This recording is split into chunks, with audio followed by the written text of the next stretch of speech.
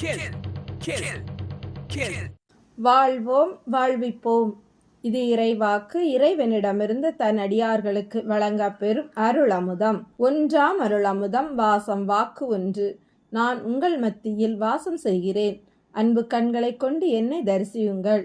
ஆரவாரத்தை அப்புறப்படுத்தினால் மட்டுமே நீங்கள் அமைதியை ஸ்பர்சிக்க முடியும். வாழ்வோம் வாழ்விப்போம். இறைவனை தரிசித்த சித்தர்கள். வள்ளல் பிரான் வழிவிட்ட திருவள்ளுவர் பிரான் என்றுதான் சொல்ல வேண்டும். இறைவன் சிந்தனை எதிர்நோக்காத போது வள்ளல் பிரானே திருக்குறளை இறைவன் கையில் கொடுத்து வெளிப்பட வைக்க முனைந்த போது காட்சியில் வந்தவர் திருவள்ளுவர் பிரான். 7 பிரான்களில் இவரும் ஒருவர். திருக்குறளை புரட்டும் போதே அதன் உண்மை வடிவம் கண்முன் நின்றது. பொருள் அதிகாரம் தன் முதல் அதிகாரமாக கொண்ட 10 பாடல்களே திருக்குறளின் பொருளடக்கம் போன்றிருக்க 108 அதிகாரத்தின் தலைப்பை 10 பாடலில் புதைந்து வைத்திருப்பதை பகுத்து பார்க்கும்போது காட்சியில் வந்தவர் நாயன் என்ற வள்ளுவபிரான். கடற்கரை ஓரம் ஓலை வீடு வெளிப்புற திண்ணையில் அமர்ந்தபடி உபதேசிக்க தரையில் இருந்த சீடர்கள் குறித்து கொள்ள காலப்போக்கில் உபதேச தொகுப்பே நூலான விவரம் புரிந்தது.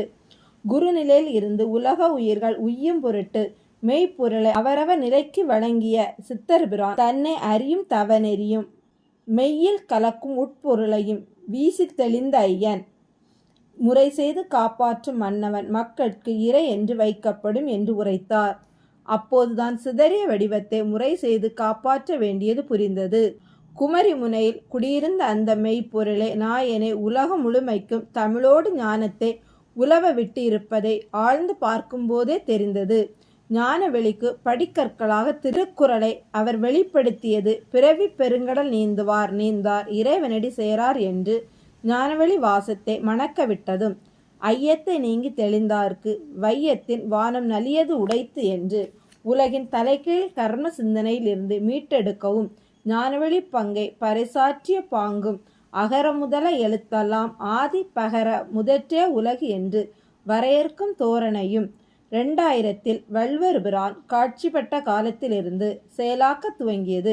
2002 உண்மை வடிவத்தை ஆழவும் வாழவும் என்ற நூலாக படைத்து தமிழறிஞர் ஞான சம்பந்தம் அவர்கள் வெளியிட பின் 2006 ஞானவெளி வெளிப்பட 2014 திருக்குறளின் 10 பாட்டு மலேசிய தமிழ் எழுத்தாளர் சங்கத்தால் கோலாலம்பூரில் வெளியாக 2022 திருக்குறள் மூலமும் ஞான உரையும் சென்னை பல்கலைக்கழக தமிழ்துறை முன்னாள் தலைவர் பேராசிரியர் டாக்டர் அரங்க ராமலிங்கம் அவர் முதல் பிரதியை பெற்று சிறப்பிக்க திருவள்ளுவர் பிரான் இன்றும் ஞானவெளி தொண்டில் தன்னை ஆட்படுத்தி என்றும் உலகம் மெய் ஞானமுற உதவுவார் என்பது உண்மை.